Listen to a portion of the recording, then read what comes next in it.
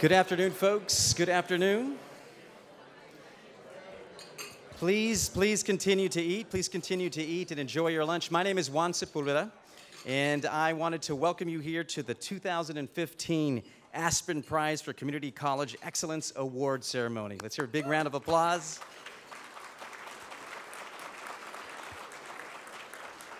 It's great to see so many friends here in the audience from my former job running the White House Initiative on Educational Excellence for Hispanics, working with Secretary Duncan and with President Obama. It's great to see all the old friends again. Some of the new friends who are now working as I'm at my new job at PBS. But I just wanted to say thanks for kind of being here with us today. I also wanted to mention up front that for all of you who are tweeting, and you should be, the hashtag is hashtag Aspen Prize. And if you want to make sure everyone back at home gets to see you right now, make sure you let them know that they can watch this. We're live streaming today, so they can go to aspeninstitute.org/live. So make sure you send that to everybody if you haven't already, so folks can make sure they see you when you're here with us today. When Josh and Lee and the friends, all our friends over at the Aspen Prize team asked me to both serve on the jury and to consider hosting this event, this was easy to do. Because as all of you know here today, this is not just about representing the top 10 best community colleges in the country. This is about the broader notion of the importance of community colleges to the higher education system in the country. You all know better than anyone else that our community colleges today are the ones that are getting it done. They're making sure that there's a pathway for our folks, more than 13 million students nationwide, to help them to get to those critical jobs, to make sure that they're continuing with their education. And we know that it's a sector within the higher education sector, that in more places than anywhere else, it's within our community colleges where folks of color, minority students, low-income students, those of us who were the first ones to go to college in our families get that chance. And it's a sector that at the end of the day, because these things matter to us as individuals with our kids, I think about my kids, your kids, it holds the prices low, it opens its doors wide to make sure we can all kind of be there. And it is the anchor for us in our communities to make sure we're kind of getting it done. As President Obama has said, in the coming years, jobs requiring at least an associate degree are projected to grow twice as fast as jobs requiring no college experience. We will not fill those jobs or keep those jobs on our shores without the training offered by community colleges. With the changing economy, no one has lifetime employment, but community colleges provide lifetime employability. And so we're here today to celebrate the sector and those incredible institutions that are leading the way for us on the community college front. The Aspen Prize itself really looks to four key areas. There are four big questions that we look at on the jury that are the key to identifying the top 10 community colleges and also the top of those top 10. Number one, certificate and degree completion. Do students earn associate's degrees and other meaningful credentials while in community college and bachelor's degrees if they transfer? Number two, student learning. Do colleges set expectations for what students should learn, measure whether they are doing so, and use that information to improve, to get better? Number three, employment and earnings. Do graduates get and keep well-paying jobs? With a 26-year-old and a 25-year-old, this one's really important for me. And number four, the high levels of access and success for minority and low-income students. Do colleges work to ensure equitable outcomes for minority and low-income students and others often underserved? With that, let me introduce our first speaker for the day, Ellen Alberding. A lot of you know her. Ellen is the president and board member of the Joyce Foundation. They're the organization that first envisioned the Aspen Prize and to help make this whole thing a reality. Through her leadership at Joyce and in many other initiatives at the national, the state, and the local level, Ellen has really kind of walked the walk and using her time and her position to advance economic opportunity for all, especially low-income individuals. Ellen.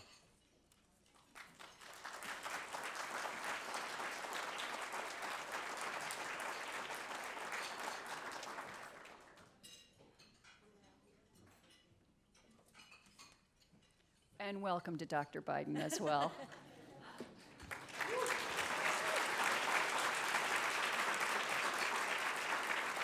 I just have a couple of opening remarks before I introduce our honored guest. First of all, I just want to say how proud the Joyce Foundation is to be supporting the Aspen Prize.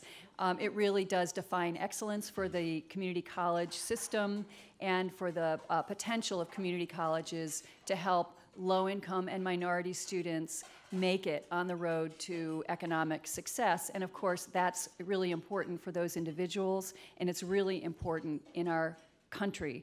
We're having a debate in our country right now about income inequality, and the debate is not that there isn't income inequality. The debate is how to fix it. And I think sitting in this room, we have solutions that are going to be really important for the entire country to learn from. There are a lot of challenges in each of your colleges and in each of your jobs. We know that state funding for higher education is being cut. We know that completion rates are not what they should be. And we know that higher education is required to deliver quality degrees to such a diverse student body. But what we're here to do today is to celebrate achievement despite these challenges. I want to say that this is personal for me. I've had two instances in my life, both as a teenager and after college, where I attended community college to learn skills that I did not have. And in both of those cases, what I saw in the classroom were teachers who were so dedicated to helping me and every other student in the classroom, often in very tough circumstances. Wow. So.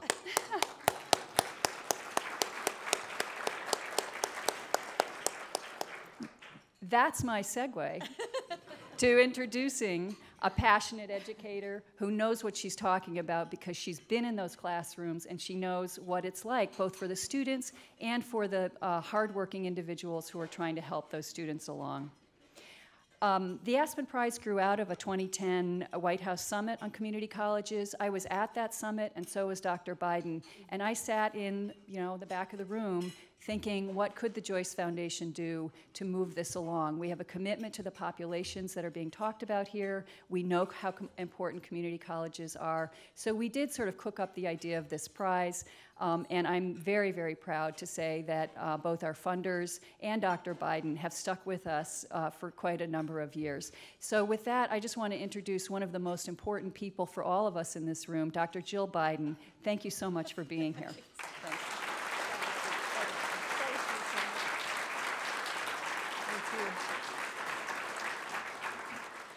Thank you, Ellen. I love that a teacher made such a difference in your life. I mean, that's pretty impressive. And I love the work that you are doing to help more students succeed, and it's truly making a difference.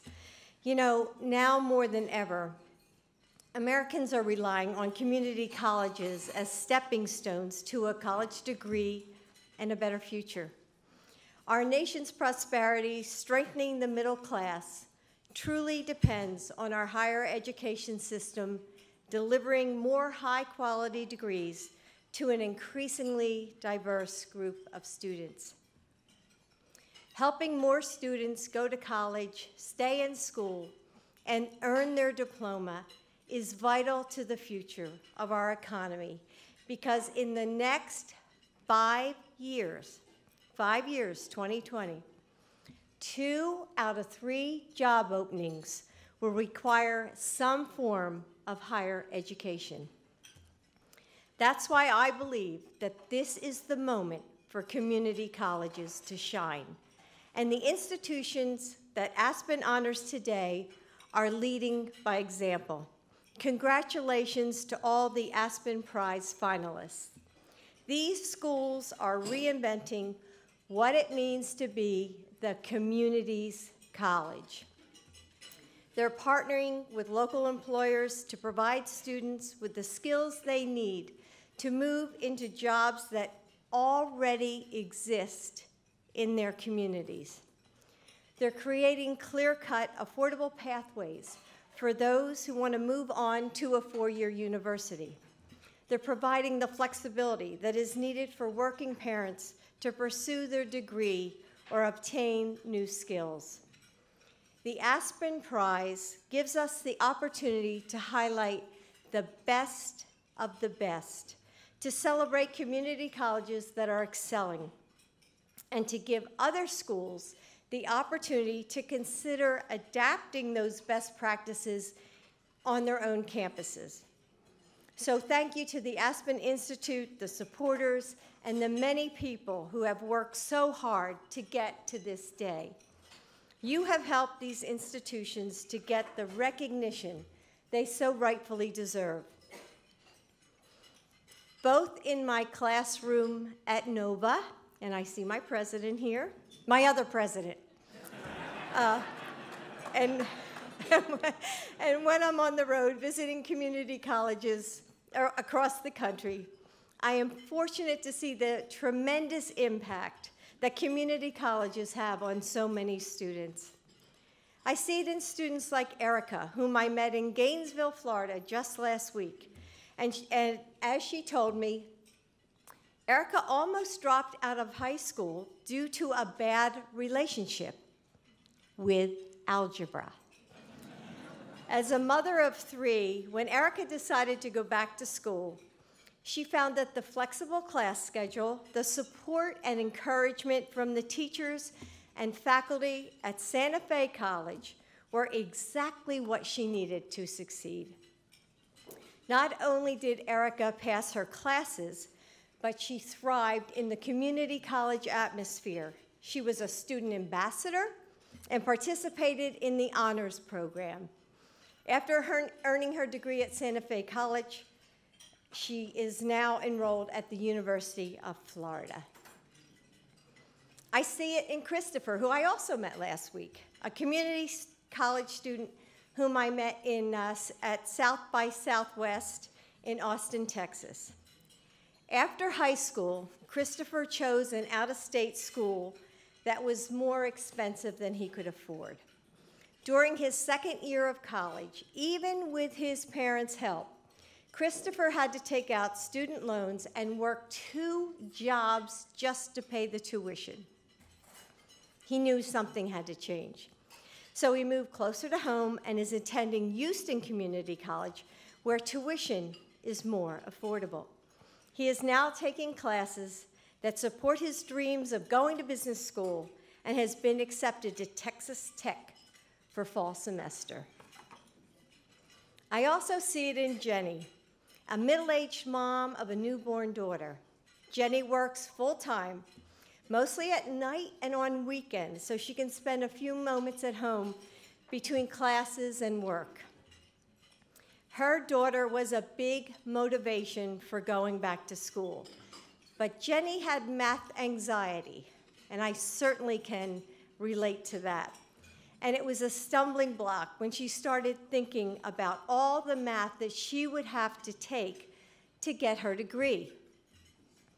Then Jenny enrolled in Austin Community College in innovative developmental math course, which takes place in a lab the size of a football field. I went to see it last week, and they had renovated an old department store.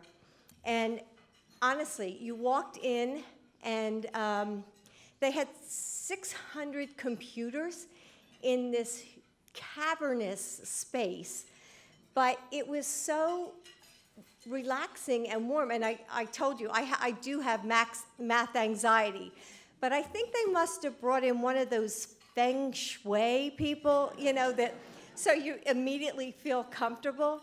And that's the atmosphere that was created. So, even I felt like I could breathe. And so, in fact, Jenny told me that she enjoys math so much that she wants to complete her degree and become a math teacher. So, yeah, I know. You can clap for her, believe me. In reality, these are the typical community college students, mostly older, juggling work, school, and family. That's also what makes community colleges so special. They're innovative, and they have the ability to adapt to the needs of all students and put them on a path to reach their full potential. One day soon, community colleges will be free.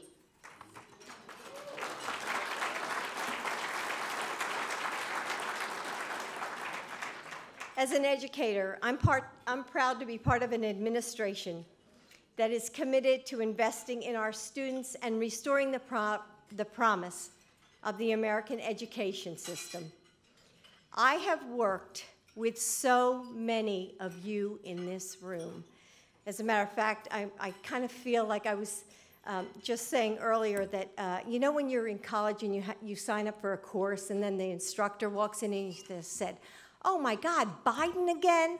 Like, I hope you know, I've been in front of you so many times that I kind of feel like you didn't say, "What, Biden again?" But, you know, I gave my first commencement address at Kingsborough Community College in Brooklyn. El Paso Community College joined us at the first ever White House Community College Summit. And just 2 months ago, that must be your table. And just 2 months ago, the president, the vice president, and I joined Governor Haslam at Pellissippi State Community College in Tennessee, where the president announced his proposal to make the first 2 years of community college free for responsible students. So I look forward to working with all of you in the months ahead to provide all students with the opportunity that they deserve to get a quality education. And you know, all of us in this room, we all have our own stories about why we are so passionate about education. So with me, you know, I grew up in the 60s. I'm a 60s girl from Philly. And before Joe, I was in college. I dated guys with jeans and clogs.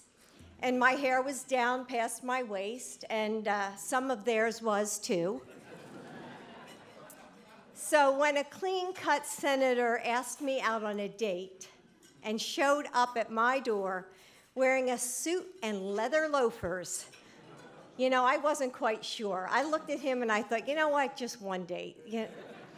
But we found out that in one another we had this shared sense of responsibility and a passion to level the playing field.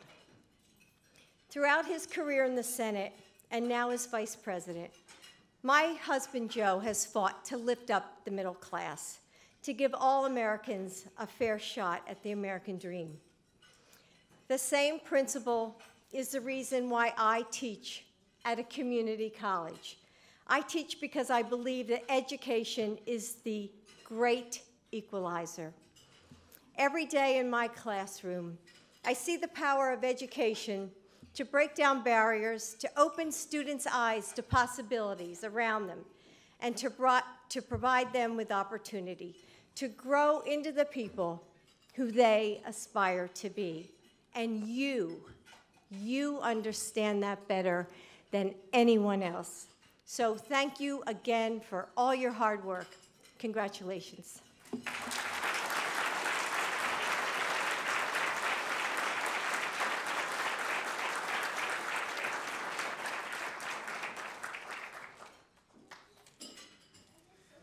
Another round of applause for Dr. Biden.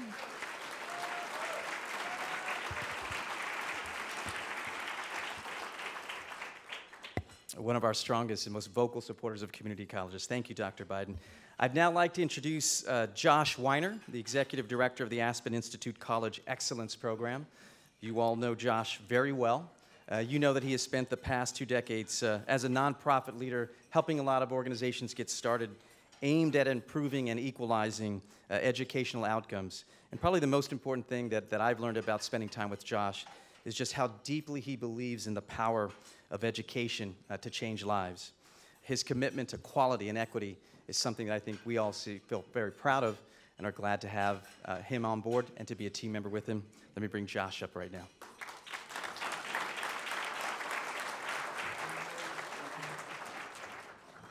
Well, thank you, everybody. I want to start just by thanking all of the folks who are part of this. This is, you know, we get to have this nice event at the Press Club and invite so many friends and colleagues here, and it's a lot of work. It's 15 or 16 months of pretty deep research, a lot of work for the colleges involved. Thank you all for participating in this, Everything we've learned is about what you've taught us. But in order to make that happen, we have to have the resources and expertise. So let me start by thanking, and you see them here, the Bank of America Charitable Foundation, Joyce Foundation, Kresge Foundation, and the Lumina Foundation, who are supporters of this year's Aspen Prize. Thank you.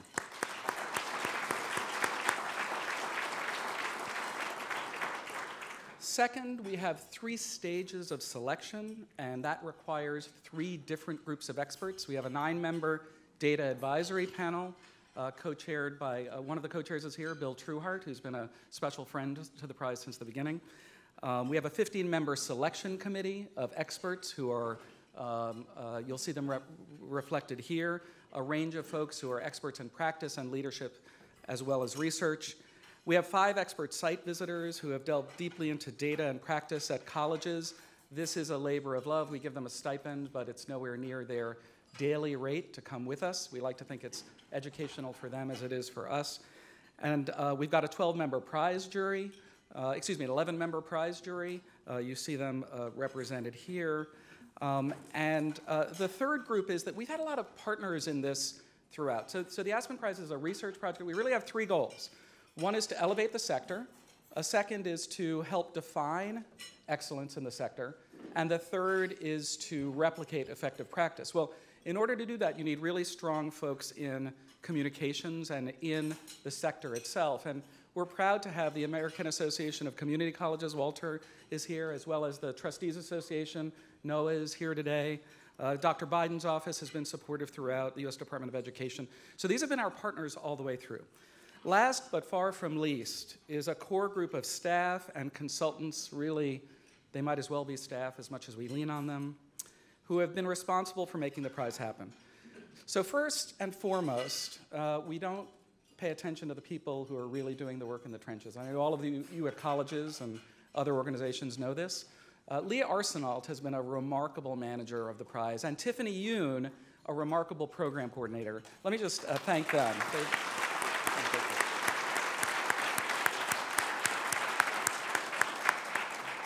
And among the many experts, forgive me if I don't mention your name, Dr. Patrick Kelly from the National Center for Higher Education Management Systems, Rob Johnstone from the National Center for Inquiry and Improvement, Linda Pearlstein, an independent writer, and Andy Burness and his team from Burness Communications have been just remarkable partners. So in 4 years of leading the Aspen Prize, I've had the privilege of working with that whole team in a number of ways. One is we dive deeply into data. We look at national data, but we know the limitations of the federal data set on higher education. For those of you working to fix that, thank you. So we get institutional data as well. But we also get data from state unemployment insurance systems to see what the actual outcomes are for students who graduate. We work with the National Student Clearinghouse to make sure we have transfer data as well. So there's a lot of quantitative data we gather. We gather a whole bunch of documents. We look at strategic plans and program review and a lot of other things. Most significantly, probably, in addition to the data, is that we spend a lot of time talking to you all on the college campuses. And this is where we really figure out what you're doing to achieve the exceptional outcomes that you are. And through all of this, we've learned an incredible amount about the variance in the sector. And this is one of the things we're reminded of daily. We have rural community colleges and urban community colleges. We have large and small. I think maybe the most salient difference is we have colleges that are more focused on career and technical education, helping students get directly to the workforce, and comprehensive ones that are also doing a lot of transfer work. And in doing the assessment we do, we have to take account of those differences. So we're always looking at the context in which colleges are operating. But I think that notwithstanding all of that, what's so remarkable is that there is something through all of that called community college excellence. That there are common things that these colleges have in mind. We actually brought, after the first 2 cycles, between the last cycle and this one, all of the experts who had worked with us together in our site visits and said, what makes for a great college? And what was fascinating through a multi-week process culminating in a full-day planning session and review session was not once did people say, well, what makes for an excellent rural college is different from an urban one. What was most fascinating was we didn't hear that what makes for a great career and technical education college, one that's directly aimed at the workforce, is really that different from a great college that's aimed mostly at transfer to four-year colleges. So what is it that these colleges do?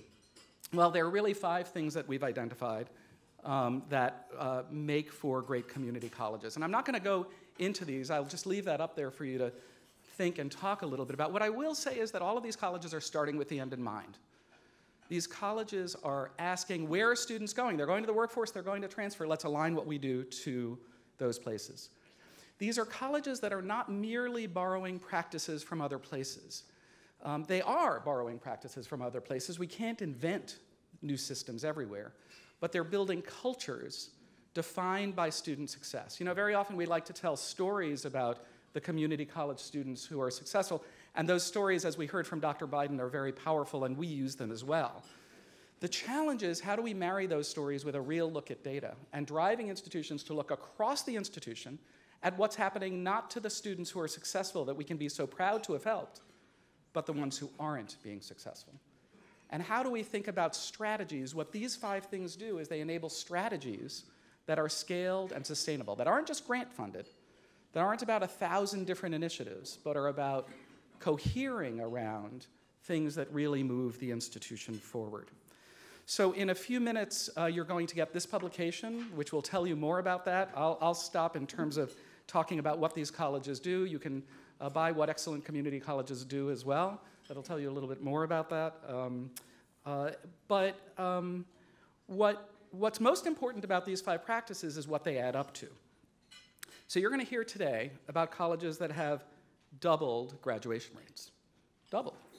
You're going to hear about colleges that are achieving graduation rates that are above the national average for all colleges, for all 4-year colleges and universities, not 2-year colleges and universities.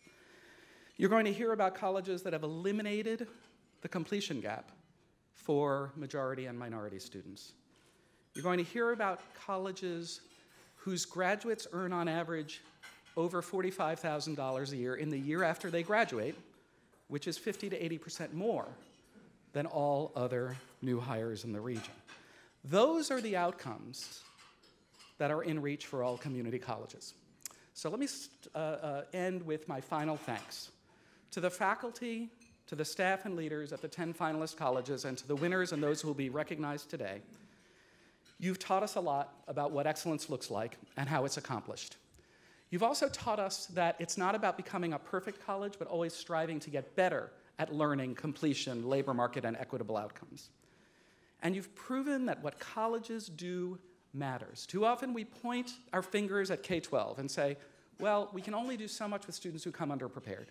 What you've taught us is that students have the right to fail is not language that can be used at a college that is interested in all students succeeding. You've taught us that the values of broad access and high levels of student achievement can be, at scale, achieved at the same institution. Thank you.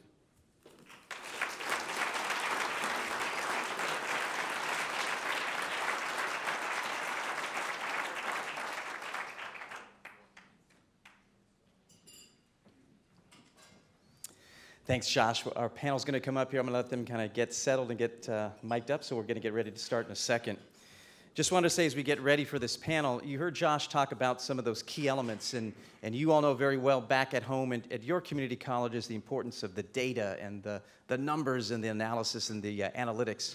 But we know at the end of the day what's really is most important are the stories.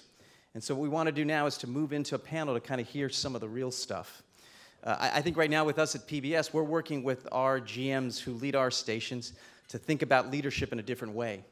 Ron Heifetz, who a lot of you know who's out of the Kennedy School, has talked about this notion of adaptive leadership, which is just a fancy way of saying that there are a lot of problems that we have at our organizations, at our institutions, that can't be solved easily, right? You can't step up as the president and just say, I'm the expert, let's get it done, here's the easy answer. We know the tough questions, and we know that we have to work with lots of folks to try lots of different things and see what's going to work for our students at the individual life, in their lives, what it means at the institutional level, to experiment, to learn from each other. And we know that learning from each other becomes one of the most important ways we change and move forward as a sector. And so what we wanted to do today was to make sure you got a chance to hear from some folks who are in the midst of it and what they've been going through, learning from their own experiences at their colleges, both at the student level, helping run stuff at the community level, and as an instructor as well. So let me introduce you to our 3 panelists today. I've got to my furthest left, he's ready here. And also, this is just so you know here, he's going to become a lawyer. So for all the law firms here in D.C. who are here right now, you're going to want to recruit him by the time we're done with this panel. But Justin Jackson, who is a graduate of Western Kentucky Community and Technical College in Paducah, Kentucky. He's now attending Southern Illinois University in Carbondale. To his right is Angela Rios, the director of, you want to clap for her, right? Going to clap, right? So she was starting to kind of get you to clap, right? Who's the director of student success at Ostos Community College in the Bronx, New York. She also told us ahead of time that as a New Yorker, she loves to talk. So be ready to hear all her stories. And then I got right next to me here Brooks Jacobson, who's an instructor at Lake, in case you can, he's bright here. He's going to be really doing well with his institution because he's wearing it. Lake Area Technical Institute in Watertown, South Dakota, where he teaches both robotics and electronics. And so let's have a big round of applause for our panel who's here today.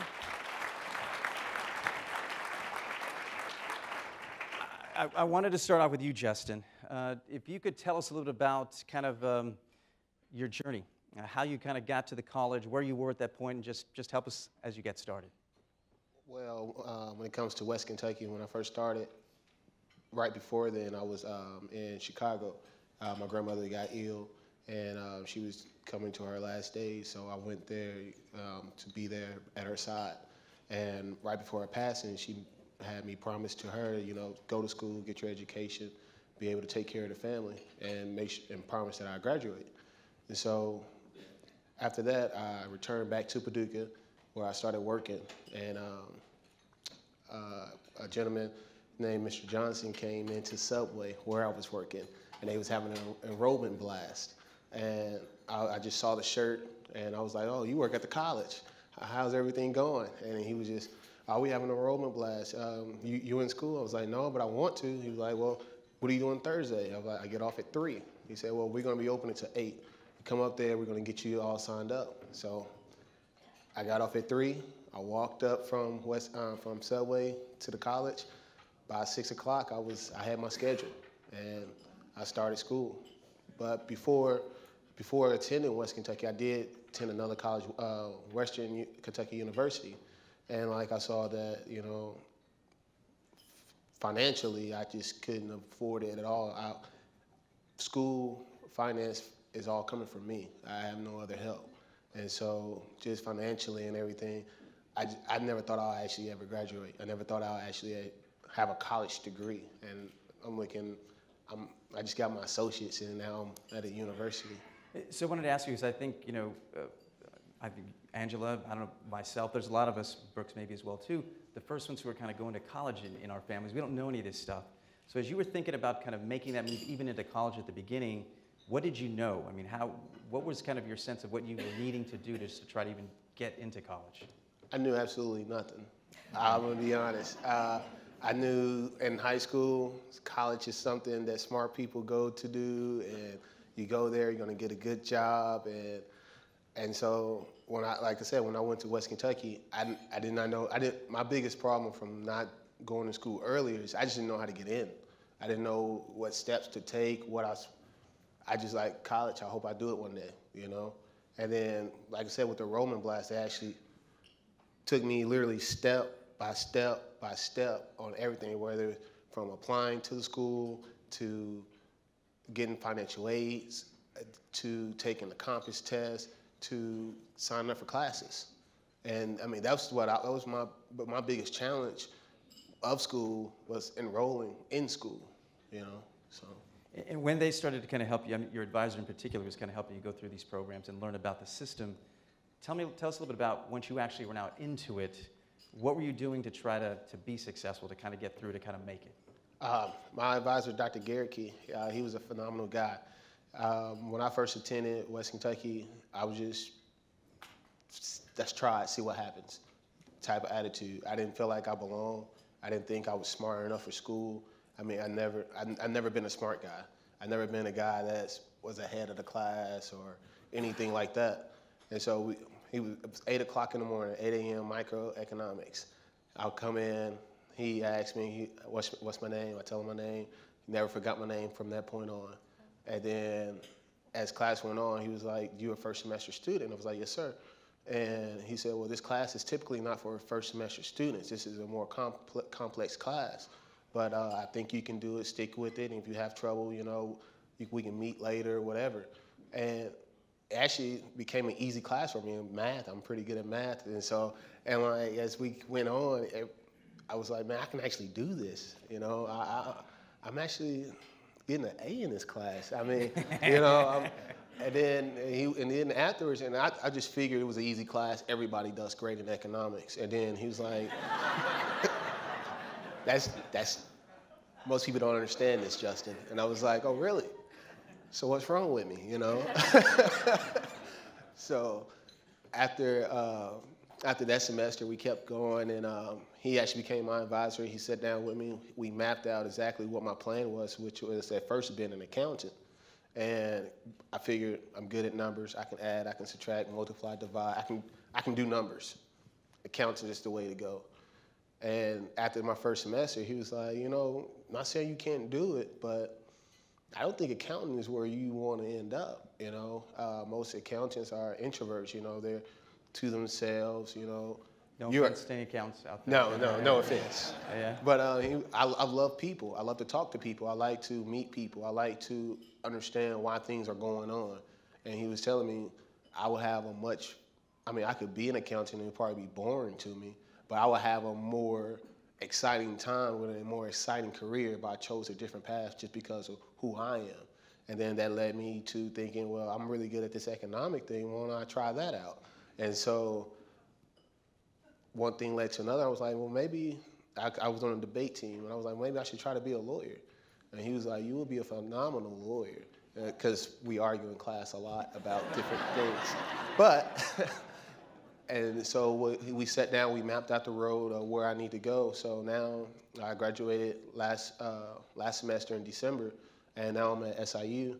And it was just, the whole transition, just me being in a university, it just like mind blowing. Because I always dreamed of doing it, but I never actually saw that vision coming true, you know. So I think that now, say you go back home to Chicago, and I'm thinking about folks you grew up with, maybe kind of family members. Now that what you've gone through, what you've learned, knowing that you didn't know anything when you started, if you could go back to them and kind of say, here's what you need to do, or here's what could kind of help you make it, what would you tell them?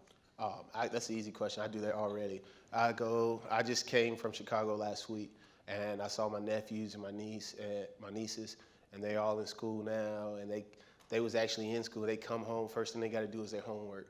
And they're at the kitchen table doing their homework, and they're not understanding how to add fractions, or they're not understanding how to multiply.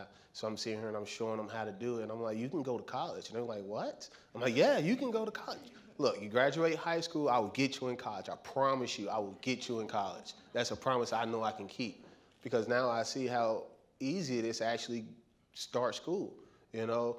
And my younger sister, she just started at a community college, and when she first graduated, she wanted to go off to these big name universities, and I was like, that's a lot of money. You can come here, get your education free, and it's a great education. And then when you get there, you're more advanced. Now in class that I'm in now, I'm ahead of most of the people in my classes. And I'm just happy that I'm actually understanding everything. I never saw this dream coming true, so. That's great. And when will you be finishing up? I graduate with my bachelor's in 2016 of May, so this time next year I'll be getting ready to graduate with my bachelor's and going into law school. And then to law school. Okay, Yes, sir. Great. Round of applause. Thank you.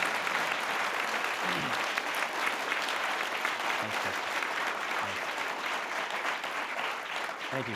Thank you very much. Thanks for sharing that story. And Angela, I'm thinking, for you at Ostos in the Bronx, we all know, if you know the lay of the land, toughest statistics and demographics in terms of the congressional districts across the country, working with a lot of students like Justin who aren't knowing kind of what to even think about as they're kind of jumping into. And I know you have your own kind of experience. I'd love to kind of hear a little bit about kind of what you've been doing and kind of your own experience about how you kind of, and what you're actually doing to help folks like Justin.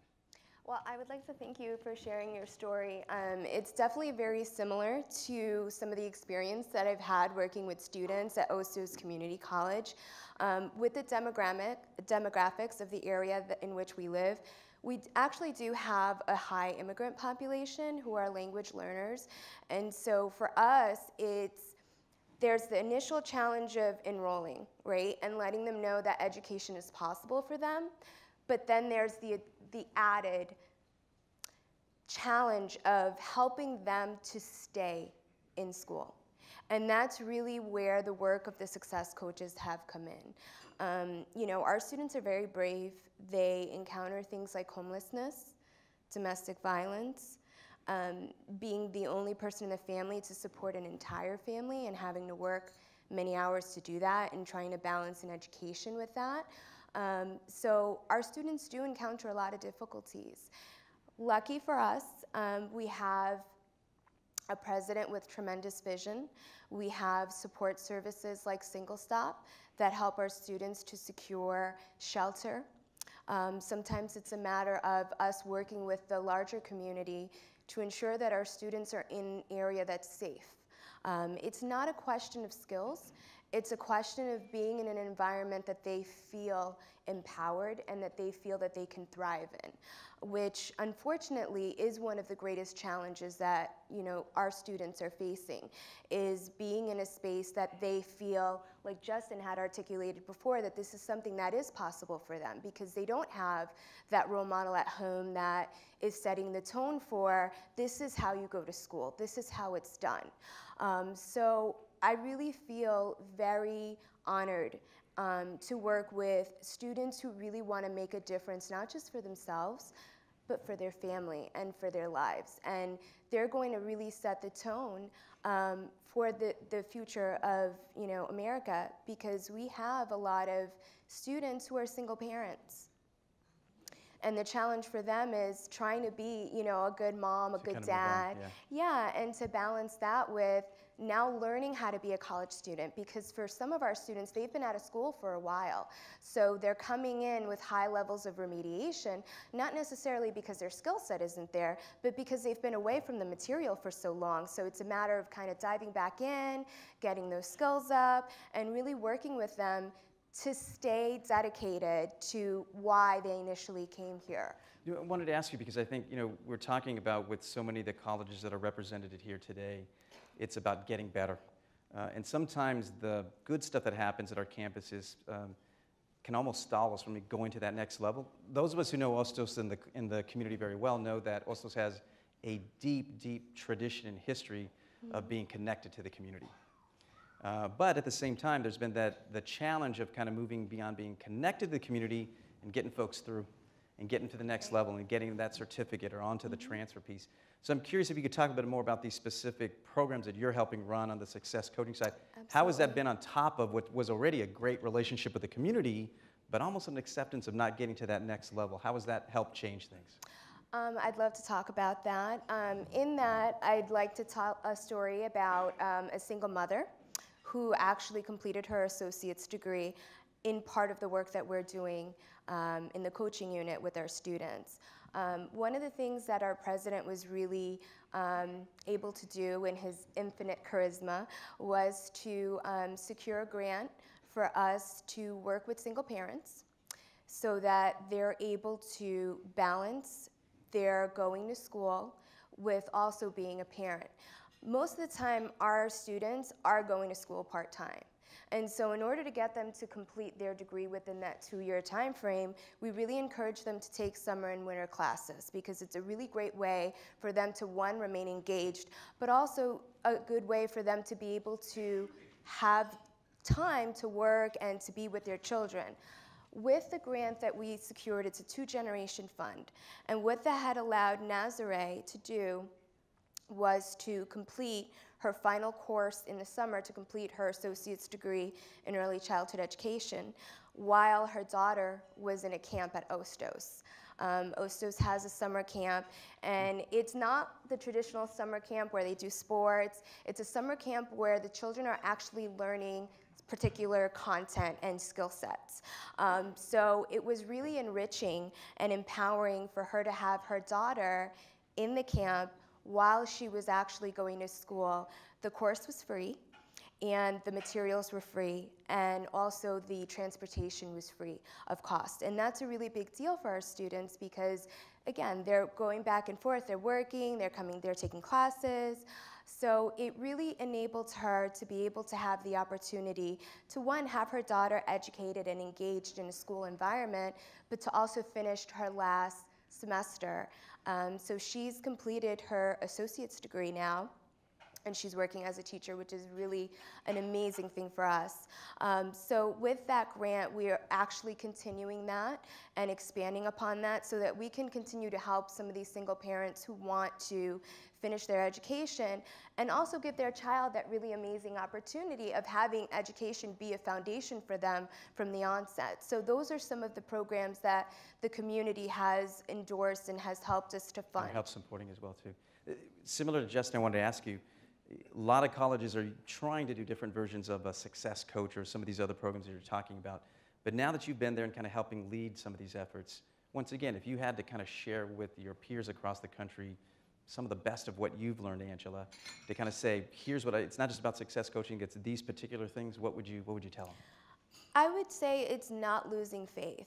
You know, Justin talked about what he had to kind of overcome, you know, in that personal challenge of not necessarily believing in himself and not having that role model at home that told him that it was something that was possible. But he had a teacher who was continually saying to him, you know, Justin, you're doing so well, you're so smart. Some of our students have never heard that, have never heard somebody tell them, you're an intelligent person, or you're really gifted, or you have certain skill sets, and they've never thought of themselves in that light.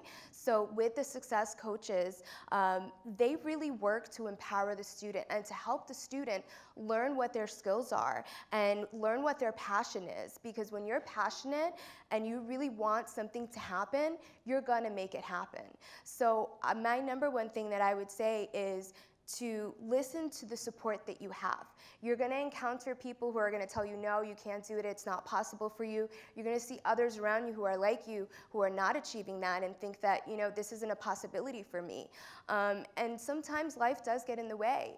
You know, community college students, they're very busy. They have outside commitments, they have families, they have children, they have other things going on for them. And sometimes that can interfere with your ability to progress and continue.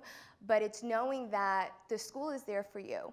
You know, OSTOS is very committed to retaining our students, but ultimately helping them to define what they feel their goal is. Whether it's completing a certificate program and going to work right after that, or it's transitioning to a four-year school. Whatever that means to them, whatever success means to them, really making that commitment to help them to finish despite whatever challenges they incur while they're in school. Great. Thank you. Big round of applause for Angela and some of the work that she's doing.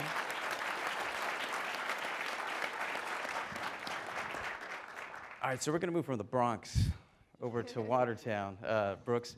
And when we think about some of just the different places around the country and what it means, and we're trying to get some of this work done, I would love to kind of hear a little bit about both what you're trying to get done for your students. Tell us a little bit about the environment and kind of what you're facing day to day. You know, Watertown, obviously, listening to these two, is a lot smaller. Right away, I mean, any student comes on campus, right when they sign up, they know exactly what they need to do to graduate. And I think we concentrate a lot more on getting them the job when they get done, not just to graduation. We want to make sure they're employed before they're leaving that door. And it's not just the classes and the soft skill classes and your gen eds. It's you know, last year I think our school is 17,000 volunteer community service hours. We do, I mean, really big into volunteering. My classes, you know, robotics, electronics, we do a big Christmas build every year, so a big display type thing. And that goes towards scholarships.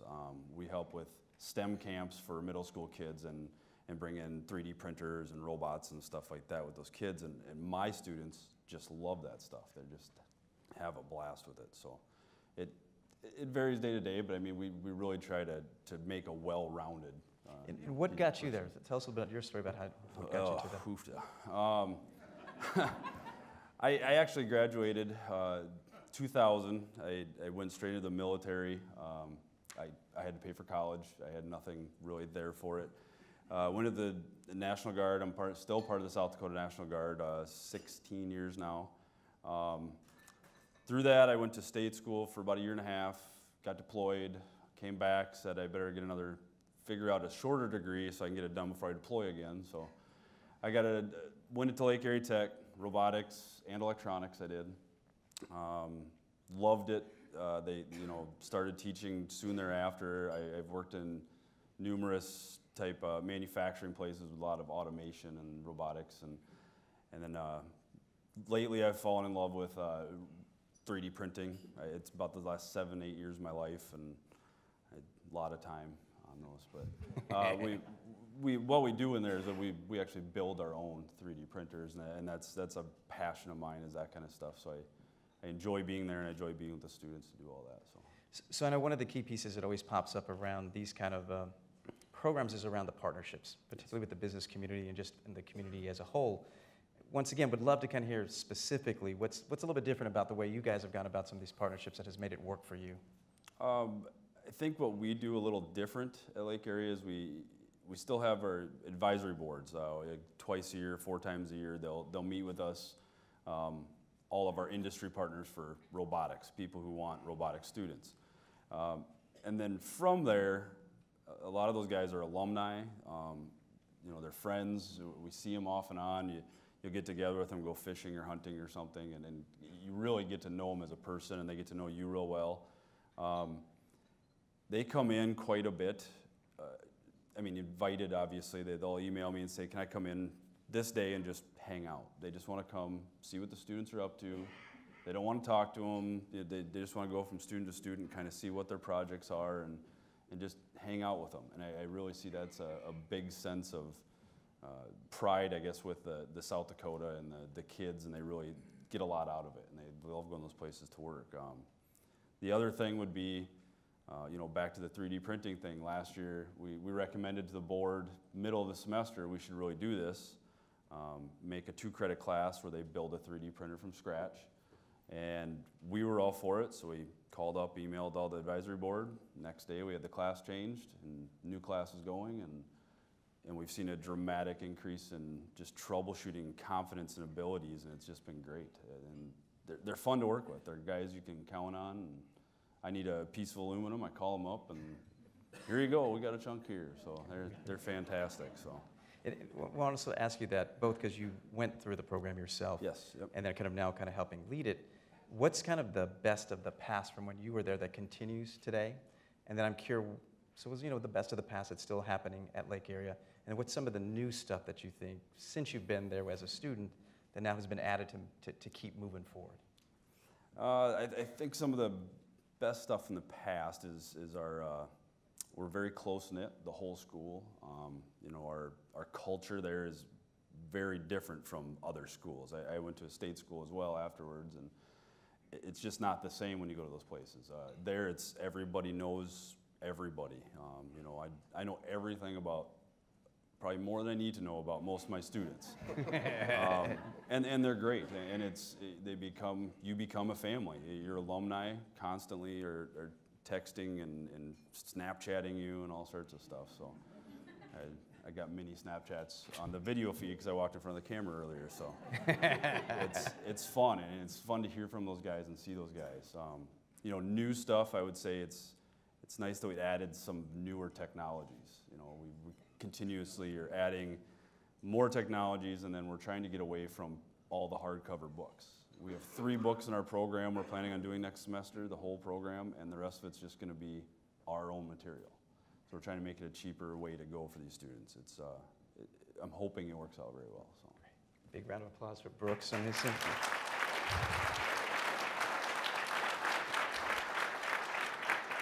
So just wanted to say thanks to all 3 of you, but as you heard each other, any kind of final thoughts, something you didn't get a chance to say, particularly as you've heard from each other, both coming from the experience as a student, someone who's working on the administration side with some of these programs, or as an instructor, any final words that you guys would like to kind of share with folks that you didn't get a chance to say so far?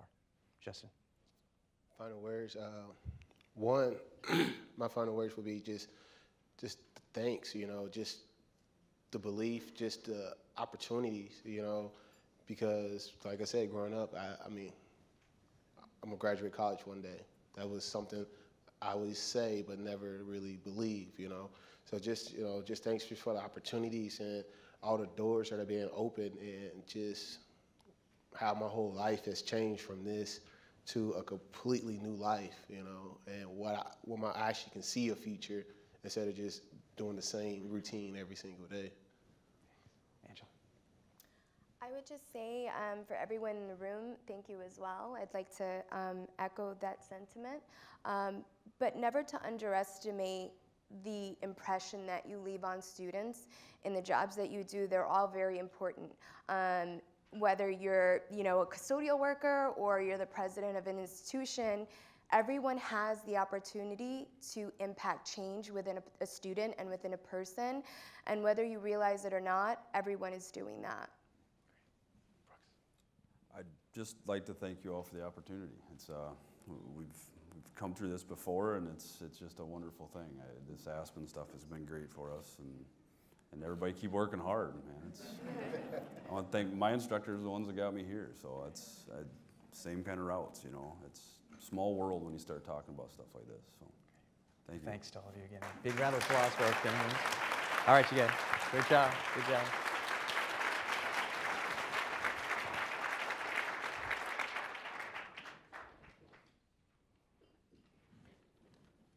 Thanks, you guys.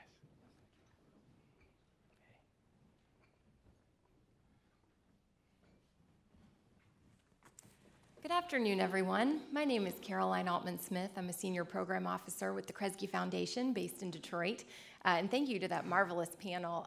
Your stories really brought home, I think, for many of us in the room, why it is we do the work that we do every day, trying to help make sure that more community college students have a chance to pursue their dreams. It's a pleasure to celebrate with you today the extraordinary work of this year's Aspen Prize finalist colleges, and I always feel like this is the Oscars of the community college world, so I know the excitement is building for the big announcements, the crying, the laughing, the running down the aisles, so we're moving in on that soon. But it's also a pleasure, as Josh alluded earlier, to allude to the incredible amount of hard work that goes into this process, and just want to thank Josh and his team for all of their efforts to make not only today possible, but for everything they do to elevate community colleges and their importance within our country, to highlight examples of really strong leadership and the inspiring results that the colleges in this room are achieving with the students who need it most.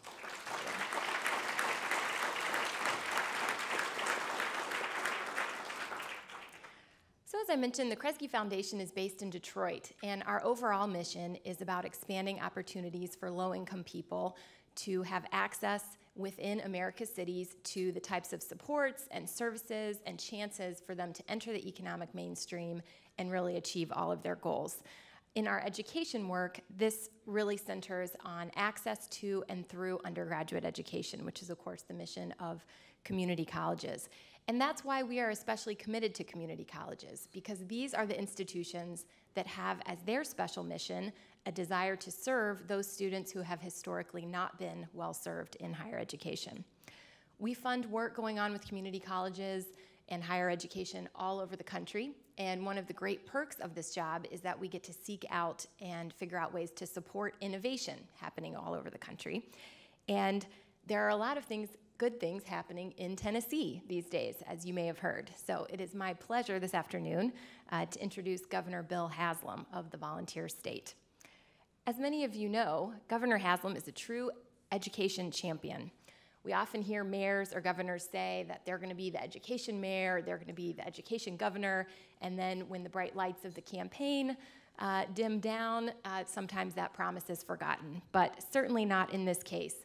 Governor Haslam has made and has sustained that commitment since he was first elected in 2010. He's recently been reelected to a second term. He has really walked the walk when it comes to education.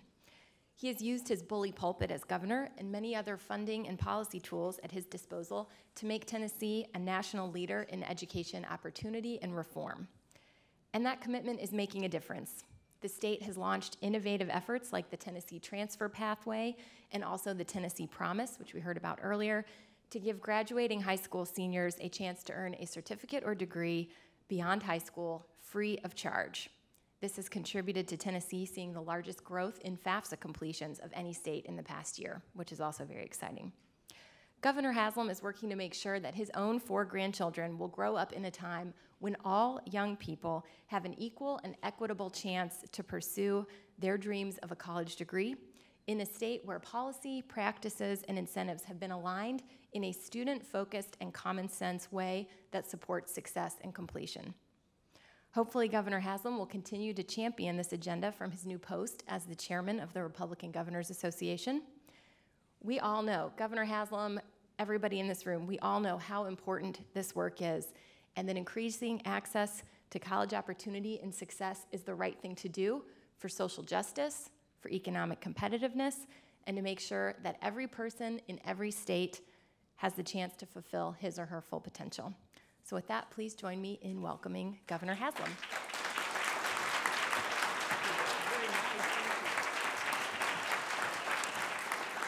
Well, what a nice introduction. I ought to just say, I'm Bill Haslam. I approve that message. You all have a nice day. That was terrific. Do you mind just going everywhere with me? Because that would make life simpler. I'm here to thank you and salute what you're doing for this reason. There's a huge conversation around the country today about access. And that's incredibly important, but I love the fact that you're talking about success. That's the part of the conversation that I'd love to see the nation pick up on. And as you know, in Tennessee, we've had a kind of a revolution in access where we said every Tennessee high school student, if you graduate from high school, we'll make certain you get 2 years of community college or technical school free of charge. And we're working on how to do that for adults who have left the system as well. But our hope is not just to having those folks attend, and like I said, I'll talk in a minute about the kind of record number of students filling out FAFSA forms, but to actually have them succeed in what they're doing, because it matters. Let me give you one state's really quick view of that. You know, we have a national discussion going on now about the income gap differential, and regardless where you are on the political spectrum, you can't deny that fact. That's reality. That's fact. And so the question is, what are we going to do about it? And there are a lot of different ideas. One of the things that I think everybody in this room believes is the biggest thing we can do is provide a new set of opportunity for folks who didn't think that world was available to them. Justin, where'd you go? When you talked, I thought, well, we're trying to create a whole state worth of full of Justins who say, you know, I didn't ever think I'd go to college, and now I know I'm going to. And you don't know this, but I was sitting at the table, and when you got down, somebody said, he's going to do it, and he's going to be a great lawyer. So I think we hear that. And so that's our goal. As I see Justin go, we're trying to create a state full of people that think like Justin. I never thought that's not what my family does. I never thought that could be us, and that's what we want to do. But it's important on a national level. I mean, you've seen the statistics. If you take a family of 2 earners and transform them to where they're both college degree, that family that family's income on average goes up $58,000 per year. There is not a government program anywhere that can compare to that impact. And so our goal is, how do we do that? How do we transform to where we have a state of justice? Here's the reason why as a state it's important to us. We know that 10 years from now, of all the jobs that will exist in Tennessee, 55% will require a degree or certificate, 55%. We're at 32% now, okay? We're a little bit behind the national average, but not that far. I mean, it's a national issue. And so we set off several years ago to change that to where we can say 10 years from now, in 2025, 55% of our population will have a degree. Well, the challenge for a state like Tennessee is we're full of people who think, that's not me, that's not us. Nobody in my family does that. Fortunately, when I came in to office, I had an experience. Prior to this, I was the mayor of Knoxville, and when I was the mayor of Knoxville, a group of people came to me, one of whom was Randy Boyd, who is here with me today, who's a local business guy, and said, we want to make it so everybody in our county that graduates from high school can go to our local community college free. And I thought, that's a dumb idea. You'll never pull that off. Let's worry about something else. And I was the chief doubter, but oh, by the way, it happened. And we put that program in place, and I saw the numbers immediately transform, so much so that it worked. Of the students that took advantage of that program, 70% were first-generation college students. 70% were kids that were free and reduced lunch in high school. And I want to make sure I get this number right, their fall-to-fall retention rate averaged 71% for those students compared to 50% for that school's average. So the folks who said, well, this is just another program, missed, and by the way, I was one of those, missed it because this program was different. Here's what happened in Tennessee that's behind all that. First of all, obviously, then I should change, say we figured out a way to, I should complete story Randy, who was a local business guy, actually he's a national business guy, he's a local business that's succeed on national level. I then talked him to come chairing the effort in Tennessee for how do we do this on a statewide basis, and we figured out how to do that last year and announced it, and he did so well that I asked him to come to work for the state full-time for free and leave his business, which he did. Be careful who you volunteer to help. Here's the secret behind what we've done in Tennessee. First of all, we figured out a way to financially pay for it where it didn't take general fund dollars, but as you all know, it didn't take that much money. The gap for most kids to go is not nearly, it's the psychological gap, it's not the financial gap that's the big hurdle. And so we figured out how to get over the financial hurdle that wasn't that big. The big piece in Tennessee, and it's a piece that Randy championed, was having mentors for every one of those students. And that's why they completed at a better rate. That's why they transitioned from fall to fall, or they retained at a better rate than they did before. So one of the things I'm most proud of in Tennessee is not just that we can offer the free 2 years of community college or technical school, but today in Tennessee we have 7,500 adults who have volunteered to mentor students, who have said, I'll take 5. I'll take 5 high school seniors and walk them through the process of applying for the ACT, filling out the FAFSA, and then actually helping them as they transition into college. Justin, I'm sorry, I missed your name. Say again? Angela, okay, when you talked about this brand new world that a lot of students have, we have that. And so one of my friends who's and by the way, one of the fun things about having 7,500 mentors, like my son's a mentor for almost half of our cabinet is. So a lot of people are, and then you hear their stories. And one of the stories that kind of was the aha moment like that was the friend of mine called his mentee and said, you all set? Classes start tomorrow. Do you all set? Yeah, I'm all ready to go. I'm all set. Said, do you know where the class is? I do. I just looked at the schedule, and it's in the MWF building. Right? So class met Monday, Wednesday, Friday, right? But right, if you've never looked at a schedule, that's not yeah, I can see how that would happen. But the mentors are around to get them past that hurdle. So the secrets of the whole Tennessee Promise are, A, it's not that much money to do it, and B, it matters to have a caring adult. It's like everything else in life, having a caring adult involved in the process changes everything. So we are now working on something called Tennessee Reconnect, where we can reach out. There's 1 million Tennesseans that have some college credit but don't have a degree. If we're going to get to 55%, we got to figure out how to reach those folks. And the challenge is greater because that person is probably a 40-year-old single mother that's already working 40 hours a week. And so we've got to figure out a way to make it easier for her to do this. But we're reaching out with a program called Tennessee Reconnect. And as of this fall, any Tennessee adult, period, can attend one of our technical schools free of charge. Because here's the last thing I'll talk about when we talk about success. And I love it that the formula, and I'm not sure who's responsible for the formula for the winners are going to get to announce. But I love it that part of it is measuring students' success once they graduate and finish and actually being employed. The shame has been on us for too long in state governments because as we've looked, and former Governor Daniels, now President Daniels, and I had a conversation, as we've looked at how we allocate capital to higher ed, we've looked at a whole lot of things, but one of the things we never did was say, how are we doing it, actually helping people find jobs?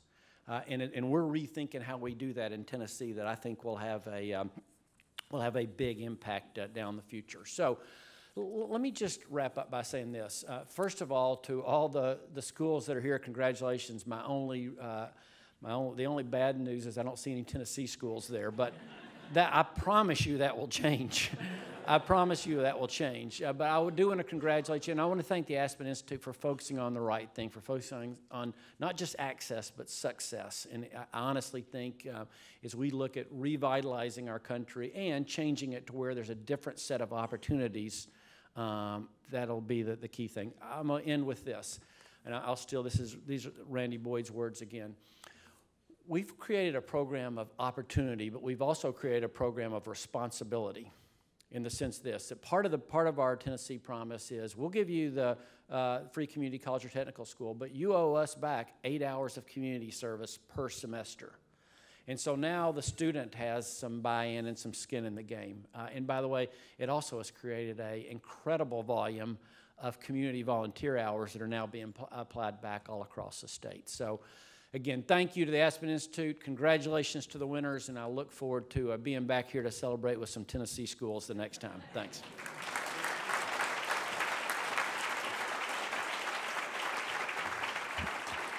Thank you, Governor Haslam. Another round of applause for the great work he's doing in Tennessee and helping lead for the country.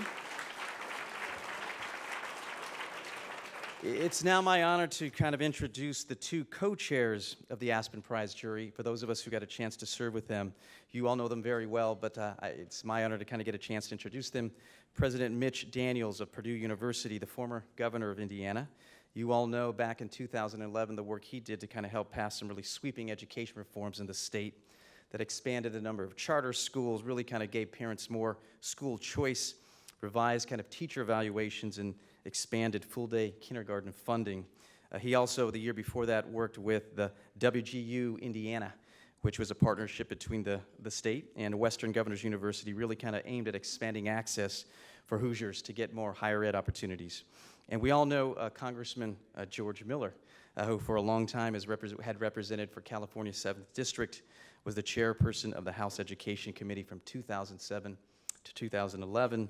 And we know a really important piece of the work that he did in just the most amazing career that he had, but was really kind of arguing for the passage of the Student Aid and Fiscal Responsibility Act, which he had said and mentioned and kind of made sure that we all understood was the idea of kind of taking that money that was being set aside for subsidies and investing more in Pell Grant scholarships and making sure that more students had an opportunity, and making sure that in that current system that we had, instead of really kind of making sure we were taking care of the banks, that we were going to really take care of our students, that would invest billions of dollars, not just in kind of school modernization, but historically black colleges and universities, Hispanic serving institutions, and to make sure that the bedrock of our country, the local community colleges, were also getting more support.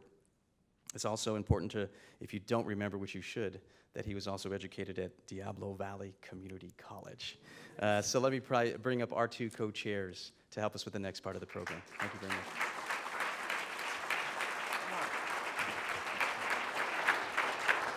Go down first, right? The main event has arrived. You know, when the postcard arrives in your mailbox and summons you to jury duty, I hope you're all saying yes, but I know it's not always the most welcome piece of correspondence you get. But when we were invited to jury duty, I think I can speak for everyone who served. This was a tremendous exercise, learned so much, and I just can't tell you what a tremendous job the Aspen Institute staff and leadership has done in thinking through and organizing all these awards year after year. So I appreciate the opportunity to be here. George and I are here to announce the winner of the 3rd Aspen Prize for Community College Excellence. We co-chaired the prize jury of some really remarkable individuals, and some of whom are here today. So please let's hold your applause, but let's thank them as I introduce to you Dr. Anthony Carnevale, David Leonhardt, Delia Pompa, John Schnurr, I know Juan Sepulveda's here, Dr. Martha Cantor, Dr. Michael Lomax, Dr. William Kerwin, and Valerie Mosley. Thank you all for your participation.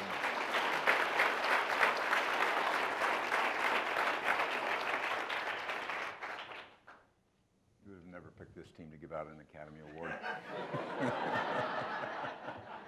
But we're very excited about giving out these awards. I want to join Governor Daniels in telling you that this was a remarkable process. The review of those colleges that submitted to the prize is something unlike I've ever seen. I wish I would have had this matrix early on in my congressional career on the Education Committee. Would have been an interesting time. Today we're here to celebrate 10 community colleges that are finalists for the Aspen Prize. Let us not forget that Aspen started by looking at and reviewing over 1,000 two-year colleges. Their model for assessing excellence in community college performance is one of the most thorough I have ever seen. Getting into the final 10 is a remarkable achievement. We will make awards to 6 finalists that will not share the prize purse, but distinguish themselves among the 1,000 community colleges that entered the prize.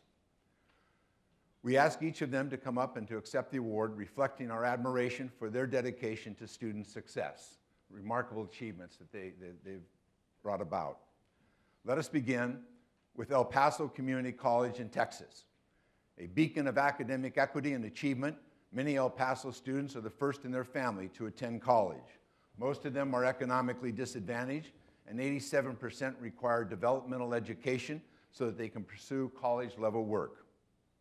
El Paso addresses these challenges by partnering with local K-12 school systems and the University of Texas at El Paso to cultivate college-going culture in the early grades, improve college preparation in high school, and put students on a path to a 4-year degree. Over 25,000 students have earned college credit while in high school since El Paso began partnering with K-12 schools a decade ago. And in 2013, 3 out of 4 University of Texas El Paso graduates held credits from El Paso Community College. Since 2007, El Paso Community College has increased the degrees and awards made to students from 2,448 to 4,394, a 79% increase. Through this work, El Paso is investing in the success of its students and the broader community. I would like now to invite to the stage President William Serrata to come and accept this award.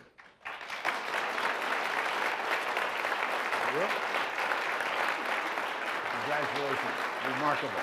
Remarkable what you've done with the student population. Thank you so much. Congratulations, Mr. President. Yes.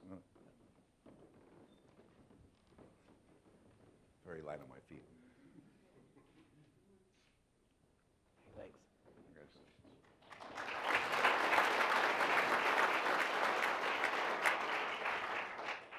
Next, we honor Brazosport College, also from Texas.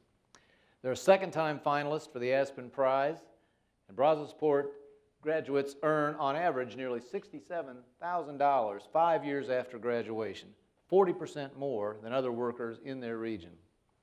Brazosport has a long-standing relationship with regional employers, particularly in the petrochemical industry, providing a direct path for many of its 6,400 students to steady, high-paying jobs. Brazosport provides support to students through a personalized, proactive financial aid process and a strong tutoring program, and keeps students on track by providing a model college-level skills course called Learning Frameworks. I'd like to invite to the stage and to accept your applause, President Millicent Valek.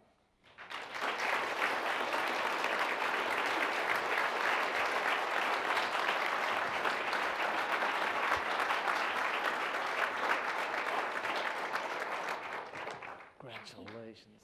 I really enjoyed reading it. Congratulations. Yeah, step in. It's for you. Thank you both. We'll come back to you.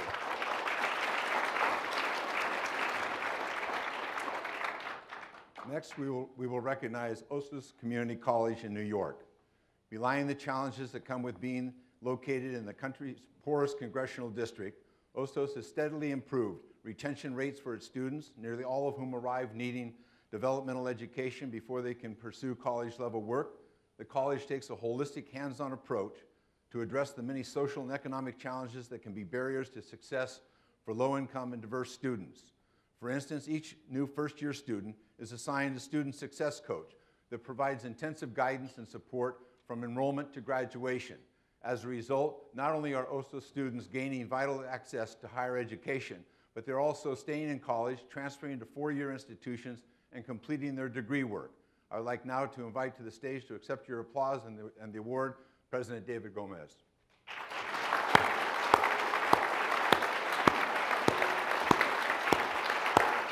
Congratulations, Mr. President. Congratulations.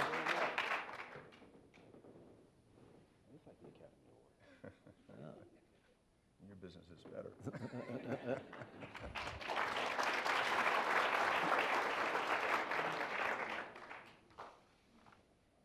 Our next awardee, Indian River State College in Florida.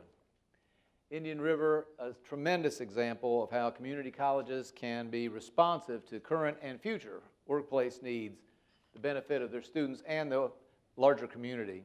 The college has more than 300 partnerships with businesses, schools, public agencies, and medical facilities, engaging students in hands-on training and internships. And the value of this work is best demonstrated through outcomes. Graduation rates 20 points higher than the national average, and graduates earning on average $43,000 5 years after graduation, 20% above the average worker in their region. To accept our congratulations, please welcome President Edwin Massey.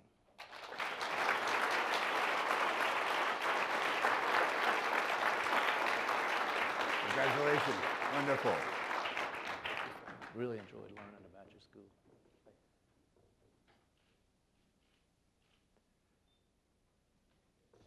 Yeah. Thank you.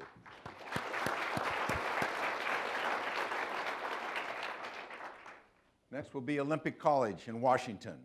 Located in and around the small peninsula city of Bremerton, Washington, Olympic offers venues for career advancement for many people who would otherwise be limited in access to higher education. More than 2/3 of Olympic students are first in their family to attend college. Olympic excels at consistently connecting students with good jobs, including through a long-standing shipyard apprentice program at the Puget Sound Naval Shipyard. Partnerships like this lead to exceptional results. Graduates earn on the average $57,000 5 years after graduation, nearly 30% more than other workers in the region. I would like now to invite to the stage President David Mitchell.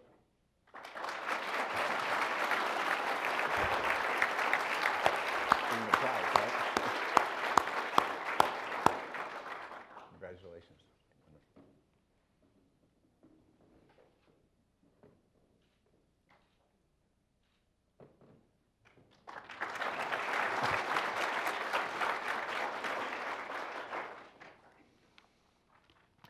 Our next honoree, Renton Technical College, also from Washington State.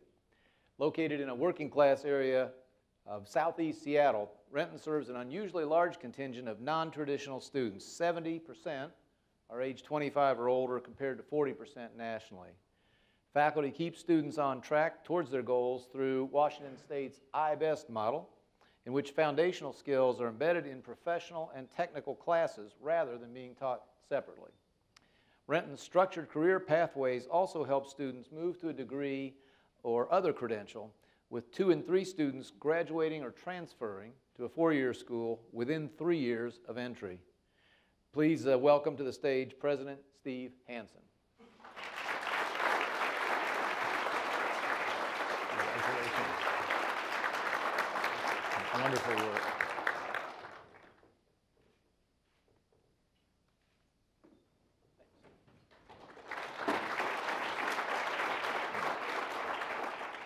We now announce the winner of this year's Rising Star Award, which will receive a prize of $100,000. This new award recognizes an institution that demonstrates that rapid improvement in student completion is possible even in the unlikeliest of places. The Rising Star winner is Kennedy King College of the City Colleges of Chicago and Illinois.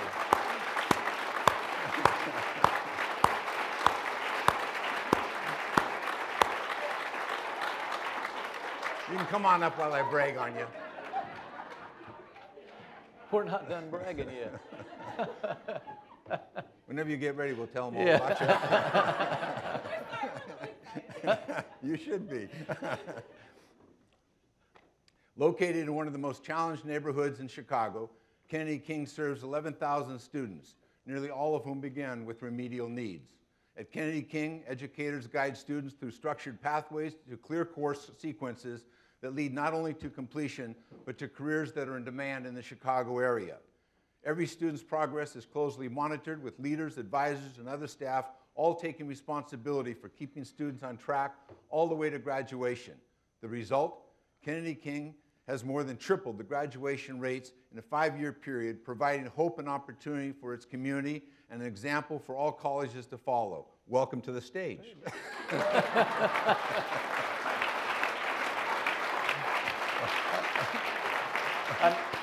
I know what you're thinking. Yeah, the plaque, but where's the scratch? I don't know. Somebody else will have to give you that. That's wonderful.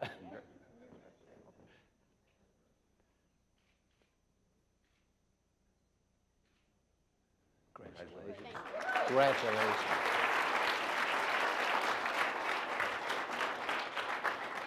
So our countdown has proceeded a certain distance, hasn't it, George? The winner for Miss Congeniality, no, sorry, it's the wrong script. We have arrived at the moment to announce this year, and we have 2 finalists with distinction, each of which will receive a prize of $100,000. They're called finalists with distinction because no lesser term applies. They distinguish themselves as the best among the very best. They've set high bars, executed plans to meet them, and then exceeded even their own ambitions. Our first finalist with distinction is Lake Area Technical Institute in South Dakota. A finalist with distinction each of the 3 cycles of the Aspen Prize. This 2-year technical college boasts a graduation rate of 73%, fueled by its highly structured programs of defined courses and hands-on educational approach. So impressively, students from Lake Area get jobs at very high rates and earn on average 50% more in their first year after graduation than other new hires in the region. At Lake Area Tech, you cannot sit in a classroom long before you apply what you have learned in real on-the-job settings, and we heard some first-person testimony to that. Lake Area faculty track student success from the very start and also work with local employees to build and fine-tune their exemplary workforce training programs, providing students with the exact skills they need to be job ready. Let's welcome to the stage Lake Area Technical Institute President, Mike Cartney.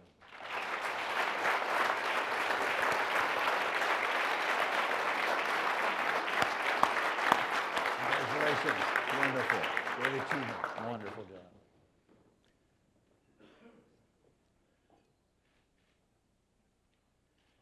Like retire the trophy, don't you, after 3 or 4 weeks? Yeah.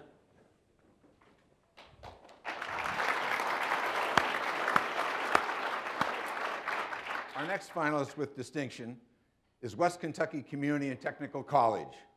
Many community colleges have systems to measure student learning outcomes, but few have taken the work as far as West Kentucky has.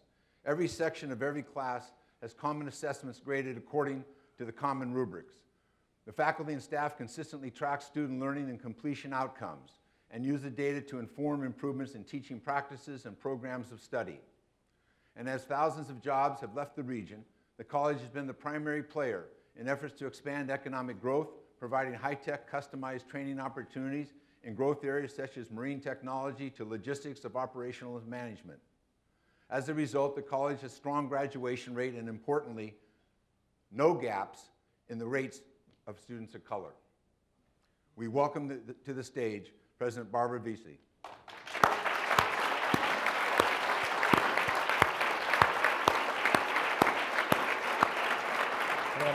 Nice to meet you. Wonderful. Thank you so much.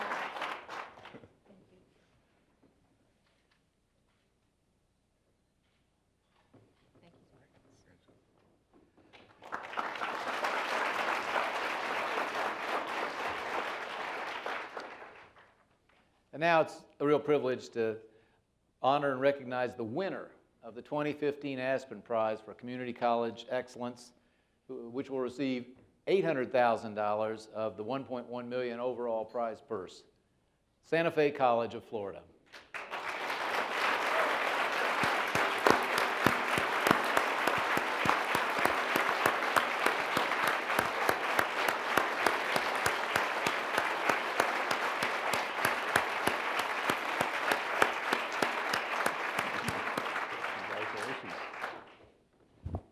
So okay if I tell them a little bit about you first? Please let me, because Santa Fe is a college that does everything well. The culture of excellence, collaboration, dedication to student success that runs through the entire institution. For students who plan on community college as a stepping stone to university, there are few better places to start than Santa Fe. Nearly 2 in 3 Santa Fe students who transfer complete their bachelor's degree. In fact, in the 3 prize cycles, Aspen has never seen better transfer and bachelor's attainment results.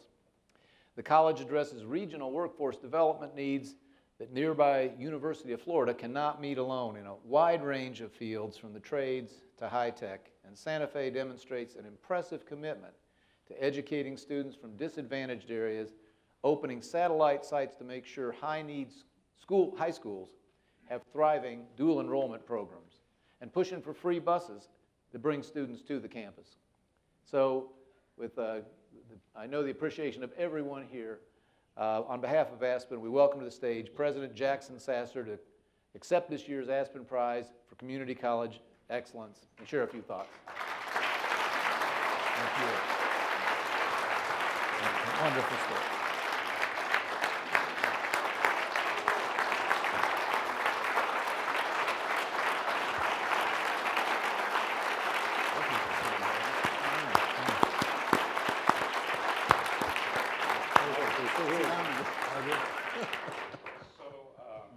Point of personal privilege.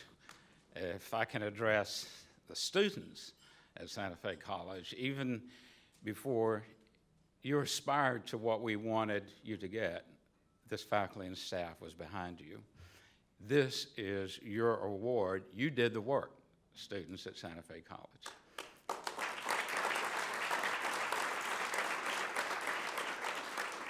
Shortly behind them would be the employees, almost 50 years of service, faculty and staff, who have given and given and given and have had this exalted notion that every student has a right to the privileges we enjoy in this room.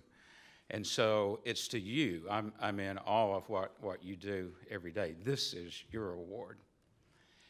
And to community colleges in this country, this is an egalitarian movement. We did this together. What we have learned together for all of you, to the League for Innovation, of which Santa Fe is a member, the presidents and representatives, Walter, to AACC, this is the best day ever in the American Association of Community Colleges. I started my day this morning reading the Daily, and to Noah with support from ACCT.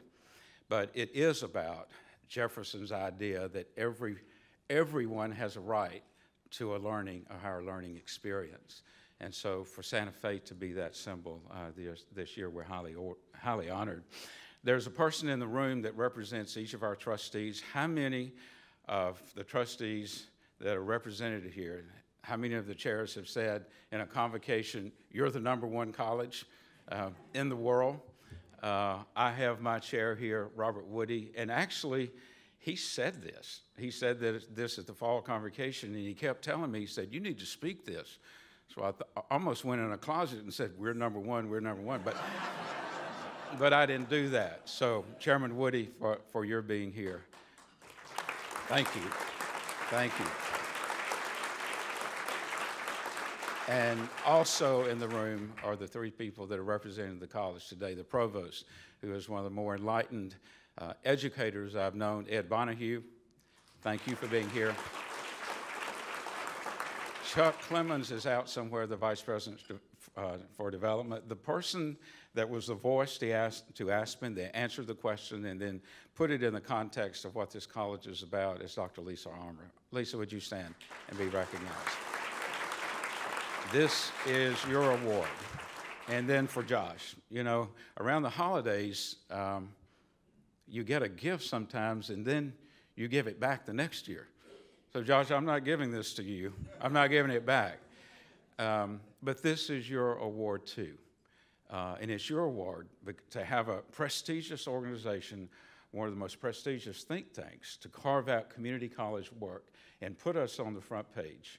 And then the thing that you have done for Santa Fe College, we've had success rates for many, many years, but you challenged us to do more. And as I close, we had an associate vice president that was famous for saying, don't let good get in the way of improvement. And to me, Josh, that's Aspen.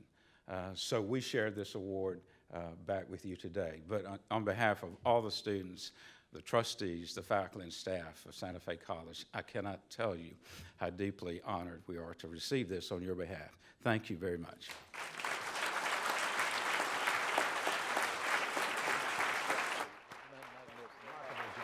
Really great.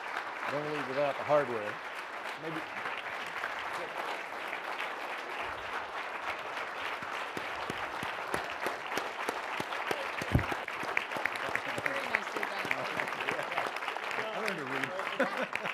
Thank you for your commitment. Congratulations again to Santa Fe College on the Aspen Prize winner for this year.